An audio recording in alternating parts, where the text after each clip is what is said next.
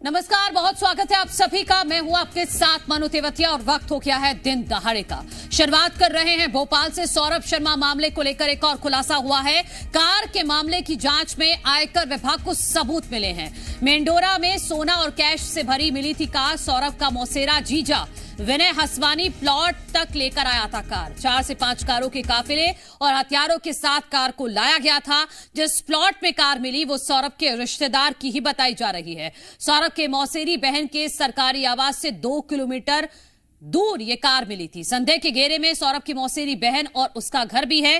केंद्रीय जांच एजेंसी के दायरे में वो भी आया है। सौरभ के करीबी रिश्तेदारों के नाम पर खरीदी गई बेनामी संपत्तियों की एक सूची तैयार की गई है और जल्द ही अटैच भी किया जाएगा। करीबी परिवहन विभाग के 2 आरक्षकों पर भी जल्द ही कार्रवाई हो सकती है।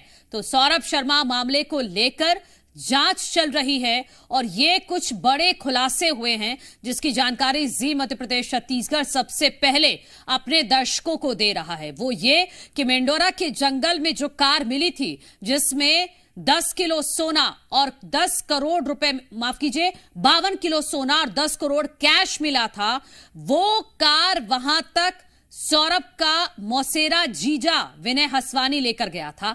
उस प्लॉट तक इसने पहुंचाई थी कार। 4 से 5 गाड़ी थी, उनका पूरा काफिला था। हथियारों के साथ उस कार को प्रोटेक्शन में लेकर जाया गया था उस प्लॉट तक जहां वो कार मिली है। और यह आशंका है जांच एजेंसियों की कि सौरभ की मौसेरी बहन भी इसमें मिली हो सकती है, क्योंकि सरकारी आवास जो है सौरभ की मौसेरी बहन का, उससे 2 किलोमीटर दूर ही वहां पर ही वो कार मिली है। तो संदेह के घेरे में सौरभ की मौसेरी बहन भी है और जांच के दायरे में उसका घर भी है। केंद्रीय जांच एजेंसियों के दायरे में अब सौरभ शर्मा की मौसेरी बहन, उसका मौसेरा जीजा और उसका घर भी आ गया है। और साथ ही साथ सौरभ के करीबी रिश्तेदारों के नाम पर बेनामी संपत्तियां भी खरीदी गई थी, जिसकी एक बाकायदा लिस्ट तैयार की गई है। हमारे सहयोगी दीपक द्विवेदी ज्यादा जानकारी के साथ जुड़ गए हैं। दीपक, ये वाकई एक मिस्टीरियस सिचुएशन थी कि कैसे वो कार वहां तक पहुंची जंगल में। अब जांच एजेंसियों को लीड मिली है कि कैसे वो सोने से भरी कार, कैश से भरी कार मेंढोरा के जंगल में पाई गई। विस्तार से बताइएगा।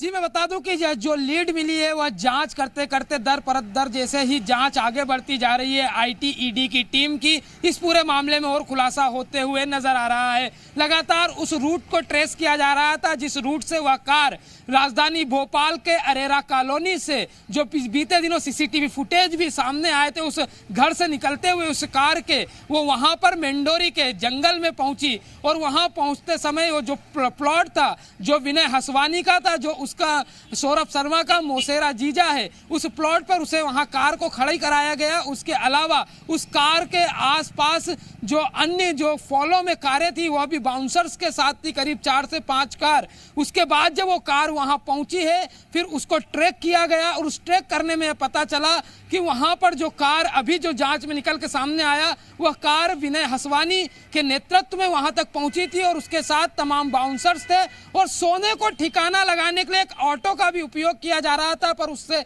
पहले ही मौके पर रातीबड़ पुलिस पहुंच गई वहां मुखबिर की सूचना पर। और फिर खुलासा होता है उस कार का जिसमें करोड़ों कैश और 52 किलो से अधिक सोना निकलकर सामने आता है। और इसके अलावा यह जो कार जो मौसेरे जीजा की सौरभ शर्मा की है, विनय हसवानी की, उनकी पत्नी का जो सरकारी बंगला है वह वहां से सिर्फ महज 2 किलोमीटर की दूरी पर है। उनकी पत्नी असिस्टेंट प्रोफेसर हैं। ठीक है दीपक, बहुत शुक्रिया फिलहाल आपका तमाम जानकारी के लिए। तो 2 बड़े तथ्य निकलकर सामने आए हैं। फिलहाल जांच एजेंसी जांच के दायरे को और बढ़ा रही हैं, तो आगे और भी इस मामले में कई खुलासे होंगे।